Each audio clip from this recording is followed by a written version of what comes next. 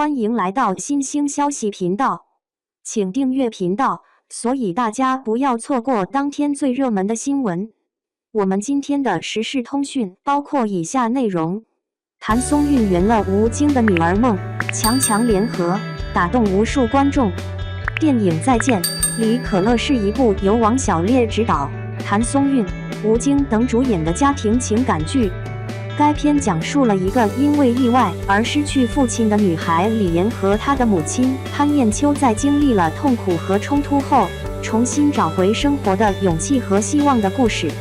该片预计将于2023年10月1日在全国上映。谭松韵圆了吴京的女儿梦，两人将一同出演电影《再见，李可乐》。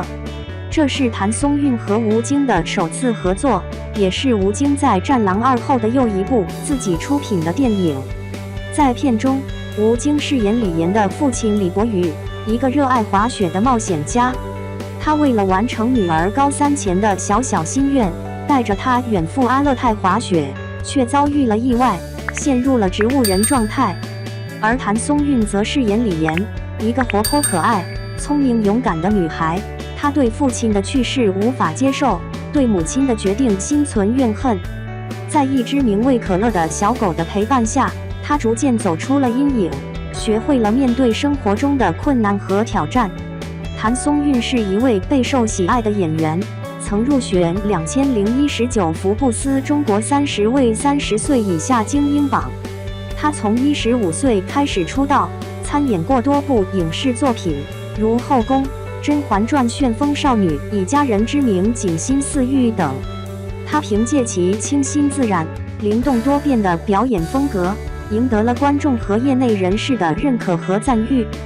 她也曾多次获得各类电影节和颁奖典礼的提名和奖项，如金海鸥亚洲新媒体电影节、金咕多网络影视盛典、大众电影百花奖等。此次在《再见，李可乐》中，他挑战了一个与以往不同的角色，展现了更加成熟和深刻的演技。吴京在采访的时候说：“如果我有个女儿，我闺女能把我融化了。”看得出他真的很想要个女儿。他曾经在节目中透露过自己有2个儿子，但是还想再要一个女儿。他也曾经在社交平台上晒出过自己给女儿买衣服和玩具的照片，并称我要有个女儿。而这次在《再见，李可乐》中，他终于实现了自己的女儿梦。他与谭松韵之间的父女情深深打动了观众。据了解，在拍摄过程中，他也对谭松韵非常照顾和宠溺，甚至还把手机后面贴上了他喜欢的东西，每次喊闺女都是非常温柔的。吴京是中国电影界的标杆性人物，他不仅在演艺事业中不断追求创新，还积极参与公益事业，为社会贡献力量。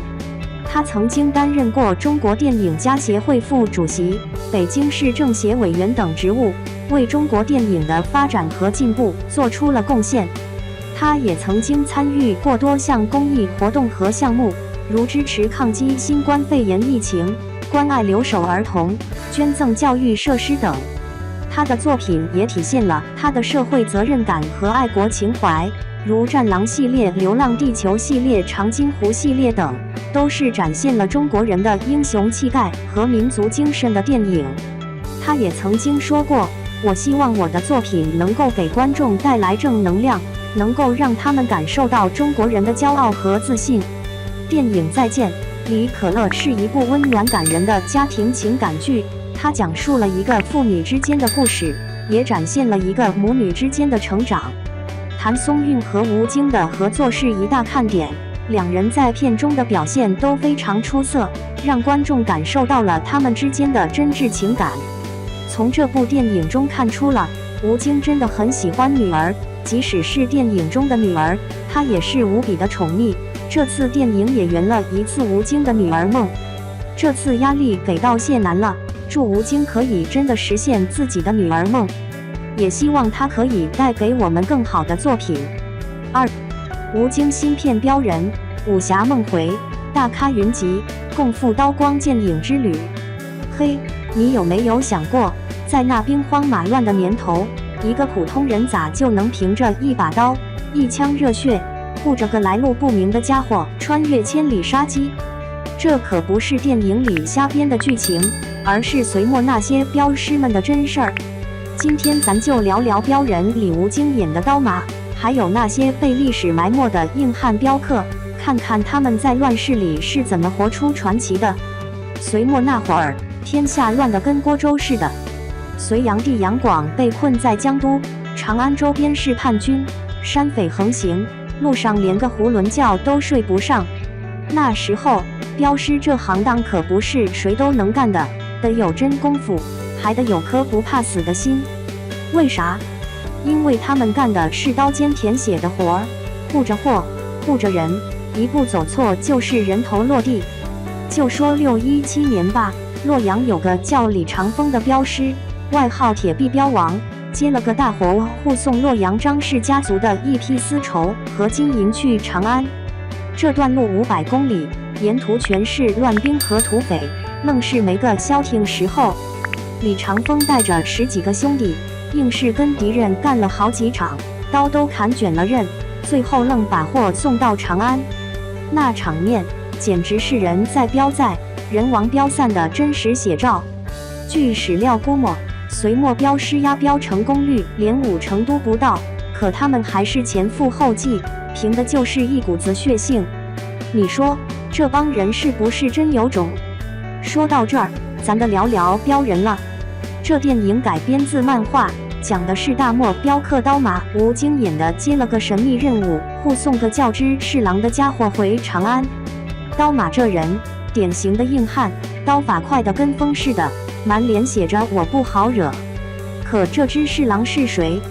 电影里没明说，搞得人心里跟猫爪子挠似的，总想知道他到底啥来头。我琢磨着，这设定有点像隋末杨玄感叛乱那会儿的神秘人物夜莺。614年，杨玄感在黎阳造反，派了个代号夜莺的密使去江都送信，想拉拢隋炀帝的亲信。这密使啥身份没人知道，护送他的镖师更是拿命在拼，最后还被隋军围堵了个正着。跟镖人里的知侍郎一比，你说巧不巧？刀马接这活时估计也挺豪气，可刚出大漠就撞上了埋伏，敌人跟狼群似的扑上来。这时候忠诚是干还是跑？换你是我，腿肚子都得打哆嗦吧。护送这活儿哪有那么简单？咱再看看历史上的例子。618年，太原有个镖师叫张铁山，接了个更硬的活，护送李渊的闺女平阳公主去长安。那时候隋军到处抓人，张铁山带着公主从太原出发，途经晋中、潼关，愣是走了20天。白天装商队，晚上摸黑赶路，有回还差点被隋军认出来，多亏张铁山脑子活，拿几匹马当诱饵才脱身。到长安那天，公主没事，她身上却多了好几道疤。后来李渊封他个护军校尉，这事儿转得沸沸扬扬。镖人李刀马也差不多，带着知侍郎在大漠里跑，半道上知侍郎中了箭，敌人又跟狗皮膏药似的粘上来。刀马一边打一边拖着人跑，血流了一地，眼瞅着是上天无路入的无门。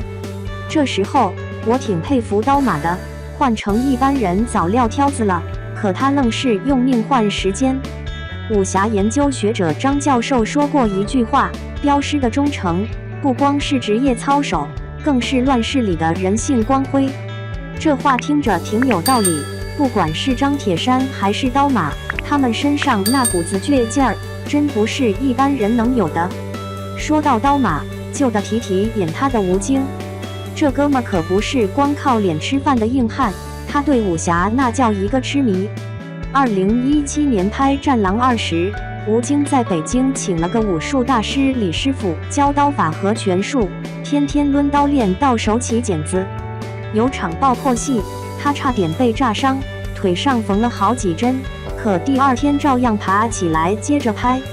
这股子拼劲儿，跟镖人李刀马拿命护知侍郎的模样，简直是一个模子刻出来的。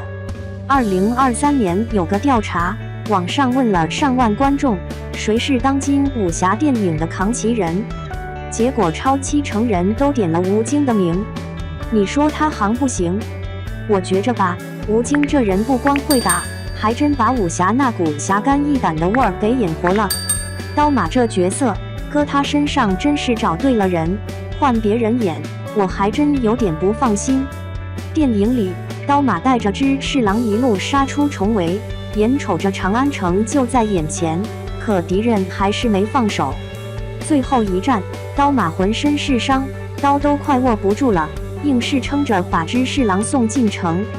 可故事到这儿没完，芝士郎回头扔了个大秘密，原来他身上带着的是能翻天覆地的东西。刀马听完，咧嘴一笑，倒下了。那一刻，我眼眶都湿了，这不就是舍得一身剐，敢把皇帝拉下马的气势吗？这让我想起李连杰演的英雄。2002年在横店拍那片子时，李连杰每天练6小时，9成动作戏都是自己上。他演的无名，表面是个刺客，骨子里却是为天下舍命的侠。刀马跟无名比，一个护送，一个刺杀，可那股子担当劲儿是一样的。镖师也好，刺客也罢，他们活的都像个爷们儿，如今这世道，咱不打仗了，可忠诚和担当这东西，啥时候都不过时。隋末的镖师也好，镖人的刀马也好，他们用命告诉咱，有些事儿的有人站出来干。